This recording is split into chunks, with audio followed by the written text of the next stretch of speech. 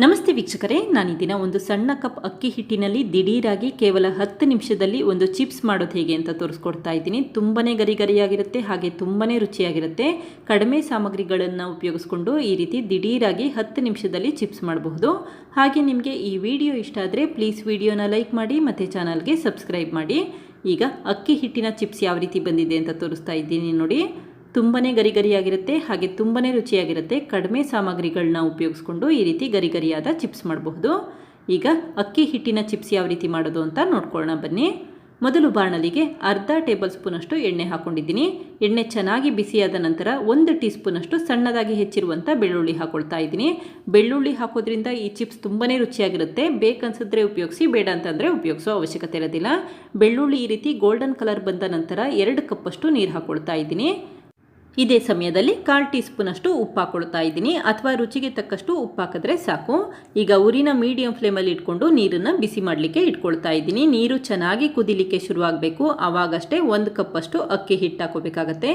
1 cup ಅಕ್ಕಿ ಹಿಟ್ಟಿಗೆ 2 ಕಪ್ಪಷ್ಟು ನೀರು ತಗೋಬೇಕಾಗತ್ತೆ. ಈಗ ಅಕ್ಕಿ ಹಿಟ್ಟು ಹಾಕಿದ ನಂತರ ಕಂಟಿನ್ಯೂಯಸ್ ಆಗಿ ಮಿಕ್ಸ್ ಮಾಡ್ಕೊಳ್ತಾ ಇದ್ದೀನಿ. ಇದೇ ಸಮಯದಲ್ಲಿ ಉರಿನ ಲೋ ಫ್ಲೇಮಲ್ಲಿ ಇಟ್ಕೊಂಡು ಈ ರೀತಿ ಕಂಟಿನ್ಯೂಯಸ್ ಆಗಿ ಮಿಕ್ಸ್ ಮಾಡ್ಕೊಳ್ತಾ ಬನ್ನಿ. ಬೇಗ ಗಟ್ಟಿಯಾಗುತ್ತೆ. 1 ನಿಮಿಷ ಅಕ್ಕಿ ಹಿಟ್ಟನ್ನು ಬೇಯಿಸಿದ್ರೆ ಸಾಕು. ಈಗ ನೋಡಿ, ಗಟ್ಟಿಯಾಗಲಿಕ್ಕೆ ಶುರುವಾಗಿದೆ. ಉಪ್ಪು ಹಾಕಿರೋದ್ರಿಂದ ಅಕ್ಕಿ ಹಿಟ್ಟಿನಲ್ಲಿ ಗಂಟುಗಳಾಗೋದಿಲ್ಲ. ಆದ್ದರಿಂದ ಕಂಟಿನ್ಯೂಯಸ್ ಆಗಿ ಈ ರೀತಿ ಲೋ ಫ್ಲೇಮಲ್ಲಿ ಮಿಕ್ಸ್ ಮಾಡ್ಕೊಳ್ತಾ ಬನ್ನಿ. ಯಾವಾಗ ಈ ರೀತಿ ಉಂಡೆ ಕಟ್ಟುತ್ತೆ ಆವಾಗ ಲಿಡ್ ಕ್ಲೋಸ್ ಮಾಡಿ ಸ್ಟವ್ ಆಫ್ ಮಾಡ್ಕೊಳ್ಳಿ. ಈಗ 1 ನಿಮಿಷ ಹಾಗೆ ಬಿಡ್ತಾ ಇದ್ದೀನಿ. ಸ್ಟವ್ ಆಫ್ ಮಾಡಿದ ನಂತರ ಅಷ್ಟೇ ಲಿಡ್ ಕ್ಲೋಸ್ ಮಾಡ್ಕೊಳ್ಳಿ. ಈಗ 1 ನಿಮಿಷ ಆಗಿದೆ ನೋಡಿ. ಹಿಟ್ಟು ಕೂಡ ಚೆನ್ನಾಗಿ ಬೆಂದಿದೆ. ಅಕ್ಕಿ ಹಿಟ್ಟನ್ನು ತುಂಬ ಹೊತ್ತು ಬೇಯಿಸೋ ಅವಶ್ಯಕತೆ ಇರೋದಿಲ್ಲ. 1 ನಿಮಿಷ ಬೇಯಿಸಿದ್ರೆ ಸಾಕಾಗುತ್ತೆ. ಈಗ ಬೇಯಿಸಿರುವಂಥ ಅಕ್ಕಿ ಹಿಟ್ಟನ್ನು ಒಂದು ತಟ್ಟೆಗೆ ಎತ್ತಿಟ್ಕೊಳ್ತಾ ಇದ್ದೀನಿ. 1-2 ನಿಮಿಷ ತಣ್ಣಗಾಗಲಿಕ್ಕೆ ಬಿಟ್ಬಿಡಿ. ನಂತರ ಅಷ್ಟೇ ಹಿಟ್ಟನ್ನು ನಾದ್ಕೋಬೇಕಾಗತ್ತೆ. ತುಂಬ ತಣ್ಣಗಾಗೋ ಅವಶ್ಯಕತೆ ಇರೋದಿಲ್ಲ. ಅಕ್ಕಿ ಹಿಟ್ಟು ಸ್ವಲ್ಪ ಬಿಸಿ ಇರಬೇಕಾದ್ರೇ ಕೈಯಲ್ಲಿ 1-2 ನಿಮಿಷ ನಾದ್ಕೊಳ್ಳಿ. ಅಕ್ಕಿ ಹಿಟ್ಟು ಸಾಫ್ಟ್ ಆಗಬೇಕು, ಅಲ್ಲಿವರೆಗೂ ನಾದ್ಕೋಬೇಕಾಗತ್ತೆ. ನೀರೇನು ಹಾಕೋದು ಬೇಡ, ಹಾಗೆ ನಾದ್ಕೋಬೇಕಾಗತ್ತೆ. 1 ಕಪ್ ಅಕ್ಕಿ ಹಿಟ್ಟಿಗೆ 2 ಕಪ್ಪಷ್ಟು ನೀರು ಅಳತೆಯಲ್ಲಿ ತೊಗೊಂಡು ಅಕ್ಕಿ ಹಿಟ್ಟನ್ನು ಬೇಯಿಸಿದ ನಂತರ ಈ ರೀತಿ 2 ನಿಮಿಷ ನಾದ್ಕೊಳ್ತಾ ಇದ್ದೀನಿ. ಈಗ ನೋಡಿ, ಅಕ್ಕಿ ಹಿಟ್ಟು ಸಾಫ್ಟ್ ಆಗಿದೆ. ಈ ಸಮಯದಲ್ಲಿ 1/4 ಕಪ್ಪಷ್ಟು ಕಡಲೆ ಹಿಟ್ಟು ಹಾಕ್ಕೊಳ್ತಾ ಇದ್ದೀನಿ. ಕಡಲೆ ಹಿಟ್ಟು ಇಲ್ಲಿ ಆಪ್ಷನಲ್, ಇದ್ದರೆ ಉಪಯೋಗಿಸಿ, ಇಲ್ಲ ಅಂತಂದರೆ ಹಾಗೆ ಕೂಡ ಮಾಡಬಹುದು. ಕಡಲೆ ಹಿಟ್ಟು ಹಾಕೋದ್ರಿಂದ ಈ ಚಿಪ್ಸ್ ರುಚಿ ತುಂಬಾ ಚೆನ್ನಾಗಿ ಬರುತ್ತೆ. 1 ಕಪ್ ಅಕ್ಕಿ ಹಿಟ್ಟಿಗೆ 1/4 ಕಪ್ಪಷ್ಟು ಕಡಲೆ ಹಿಟ್ಟು ಹಾಕಿದ್ರೆ ಕರೆಕ್ಟಾಗಿರುತ್ತೆ. ಈಗ ಮತ್ತೆ ಮಿಕ್ಸ್ ಮಾಡ್ಕೊಳ್ತಾ ಇದ್ದೀನಿ. ತುಂಬ ಹೊತ್ತು ಹಿಟ್ಟನ್ನು ನಾದೋ ಅವಶ್ಯಕತೆ ಇರೋದಿಲ್ಲ. ಮಿಕ್ಸ್ ಮಾಡಿಟ್ಕೊಂಡ್ರೆ ಸಾಕು. ತುಂಬ ಹಿಟ್ಟು ಗಟ್ಟಿಯಾಗಿದೆ ಅಂತ ಅಂದರೆ 1 ಟೀ ಸ್ಪೂನಷ್ಟು ನೀರನ್ನು ಹಾಕಿ ಮತ್ತೆ ಮಿಕ್ಸ್ ಮಾಡ್ಕೋಬೇಕಾಗತ್ತೆ. ತುಂಬ ತೆಳುವಾಗೂ ಮಾಡಬೇಡಿ, ಅಥವಾ ತುಂಬ ಗಟ್ಟಿಯಾಗೂ ಇರೋದು ಬೇಡ. ಇದೇ ಸಮಯದಲ್ಲಿ 1/4 ಟೀ ಸ್ಪೂನಷ್ಟು ಅರಿಶಿಣದ ಪುಡಿ ಹಾಕ್ಕೊಳ್ತಾ ಇದ್ದೀನಿ. ಹಾಗೆ 1 ಟೀ ಸ್ಪೂನಷ್ಟು ಅಚ್ಚ ಖಾರದ ಪುಡಿ ಹಾಕ್ಕೊಳ್ತಾ ಇದ್ದೀನಿ. ನಂತರ 1 ಟೀ ಸ್ಪೂನ್ ಜೀರಿಗೆ ಹಾಕ್ಕೊಂಡಿದ್ದೀನಿ. ಹಾಗೆ 3 ಟೀ ಸ್ಪೂನಷ್ಟು ಸಣ್ಣದಾಗಿ ಹೆಚ್ಚಿರುವಂಥ ಕೊತ್ತಂಬರಿ ಸೊಪ್ಪು ಹಾಕ್ಕೊಂಡಿದ್ದೀನಿ. ನಂತರ 1 ಟೀ ಸ್ಪೂನಷ್ಟು ಕಪ್ಪು ಎಳ್ಳು ಹಾಕ್ಕೊಳ್ತಾ ಇದ್ದೀನಿ. ಈಗ ರುಚಿಗೆ ತಕ್ಕಷ್ಟು ಉಪ್ಪು ಹಾಕ್ಕೊಳ್ತಾ ಇದ್ದೀನಿ.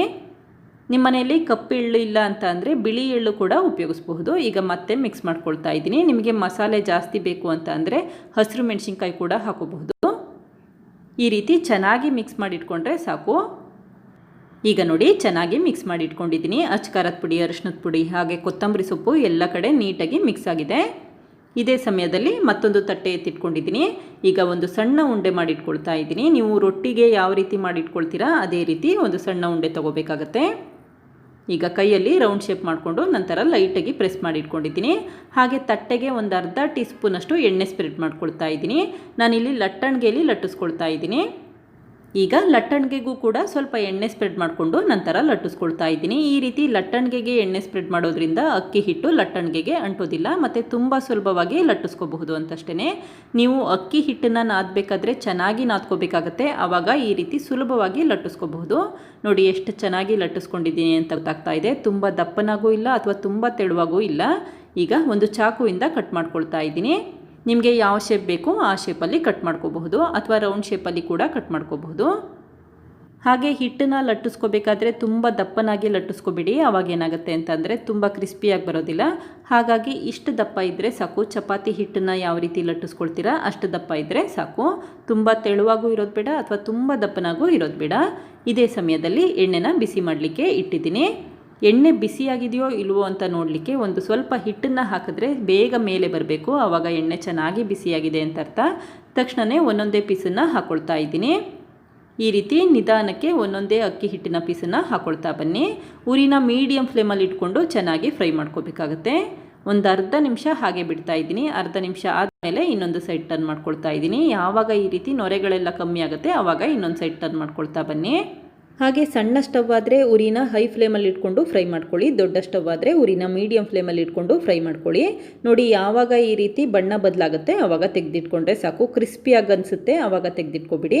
ಇದೇ ರೀತಿ ಎಲ್ಲ ಚಿಪ್ಸ್ಗಳನ್ನು ಮಾಡಿಟ್ಕೊಂಡಿದ್ದೀನಿ. ನೋಡಿ, 1 ಕಪ್ ಅಕ್ಕಿ ಹಿಟ್ಟಿನಲ್ಲಿ ಎಷ್ಟೊಂದು ಚಿಪ್ಸ್ ಆಗಿದೆ ಅಂತ ಗೊತ್ತಾಗ್ತಾ ಇದೆ. ತುಂಬಾ ಗರಿ ಗರಿಯಾಗಿರುತ್ತೆ ಮತ್ತು ತುಂಬಾ ರುಚಿಯಾಗಿ ಕೂಡ ಇರುತ್ತೆ.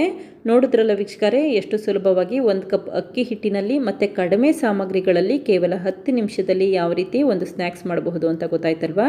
ನೀವು ಕೂಡ ಒಮ್ಮೆ ಪ್ರಯತ್ನಿಸಿ, ಖಂಡಿತ ಇಷ್ಟಪಡ್ತೀರಾ. Thank you. ಲೈಕ್ ಮಾಡಿ ಮತ್ತು ಸಬ್ಸ್ಕ್ರೈಬ್ ಮಾಡಿ.